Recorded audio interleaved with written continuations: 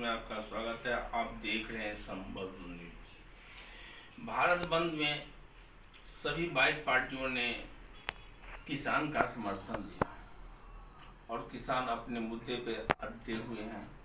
तो दूसरी तरफ भारत सरकार यानी बीजेपी पार्टी अपने जो पास कर दिया है किसान मुद्दा, उससे पीछे हटने के लिए तैयार नहीं है और किसान भी पीछे हटने के लिए तैयार नहीं है।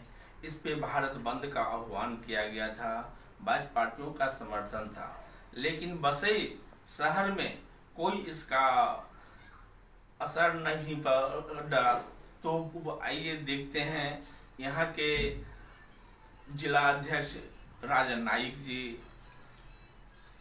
मनोज बाडौकर जी और प्रज्ञा कमल लेकर जी इस विषय में क्या कहना चाहते हैं कि ये मुद्दा किसान के हित में है या किसान नुकसान में है, और विपक्षी पार्टी किस तरह से किसान के कंधे पे बंदूक रख कर के छोड़ना चाहता है। तो देखिए ये हमारा एक रिपोर्ट। ये आपने क्या कहा? तो हमारे बहन मैडम ने बताया कि भारत बंद के बारे में उनको जो कहना था उन्होंने कहा कि भारत बंद पूरी तरह से गलत है। आदरणीय मोदी जी ने जो 3 बिल लाया है वो पूरे देश के किसानों के हित के लिए है। और आप सभी जानते हैं कि देश में पहले प्रधानमंत्री है जिन्होंने किसानों को 6,000 रुपया दिया, सालाना 6,000 रुपया देने वाला पहला किसान। और किसान को उनका जीवन, वो हमारे अन्नदाता है, उसको जीवन अच्छी तरह से वो बिता सके, उसके लिए हर संभव देश के प्रधानमंत्री आदरणीय मोदी जी काम कर रहे हैं। आपको मालूम होगा कि यूरिया का कब कितने कांग्रेस के जमाने में यूरिया का इतना ब्लैक होता था, यूरिया के लिए पुलिस का लाठीचार्ज ये महाराष्ट्र में करना पड़ता था। लेकिन जब तक मोदी जी की सरकार आने के बाद अभी यूरिया आराम से मिलता है, क्योंकि उस टाइम यूरिया का ब्लैक होता था। मोदी जी ने पूरा यूरिया मिल को फिर करके यूरिया का पूरा ब्लैक बंद किया और इसके फार्मर को दिया। आप जानते हैं कि 20,50,000 रुपए के कोरोना के लिए जो पैकेज मोदी जी ने दिया है, उसमें प्राथमिकता किसान का पहला प्राथमिकता है। खेती करने वाले किसान और खेती करने वाले मजदूर, उसमें प्राथमिकता उसमें सबसे ज़्यादा मोदी ने रखा है। और किसान health card, soil health card, किसान क्रेडिट कार्ड, अनेक योजनाएं आज मोदी जी ने देश भर में लाया। और ये 3 बिल है, वो तीनों बिल आप अगर देखेंगे तो 2006 में महाराष्ट्र में उसका 6-7 में चालू हो गया। 2010 में देश के कृषि मंत्री, तत्कालीन कृषि मंत्री, इसका जिक्र हमारे बहन ने किया कि कृषि मंत्री पवार साहब ने वो बिल लागू कैसे हो, उसके लिए हर एक राज्य के मुख्यमंत्रियों को चिट्ठी लिखा था।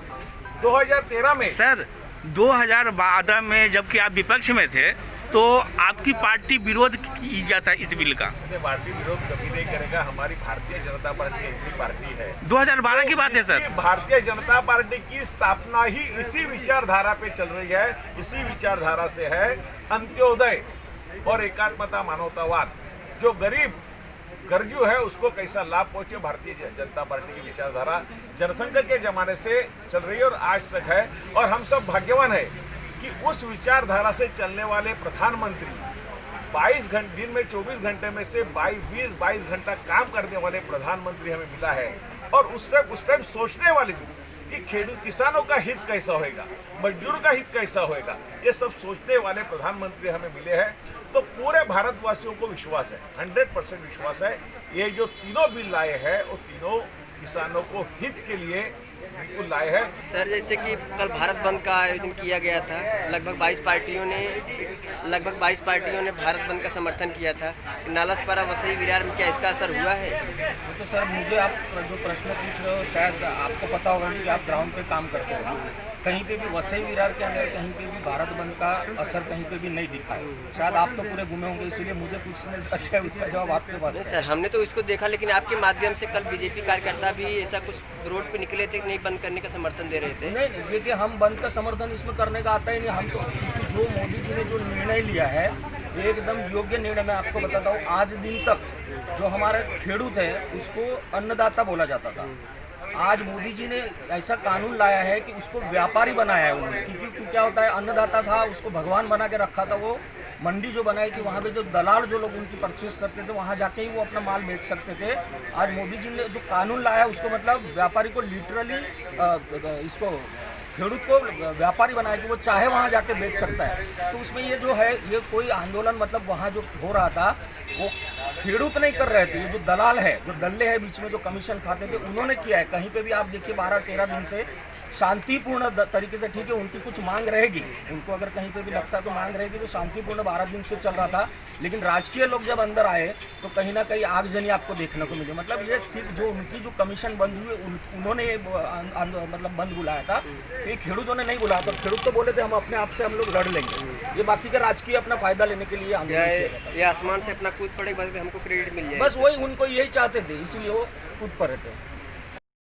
आज के लिए बस इतना ही। हमारे चैनल को देखने के लिए सब्सक्राइब कीजिए, लाइक कीजिए और कमेंट कीजिए।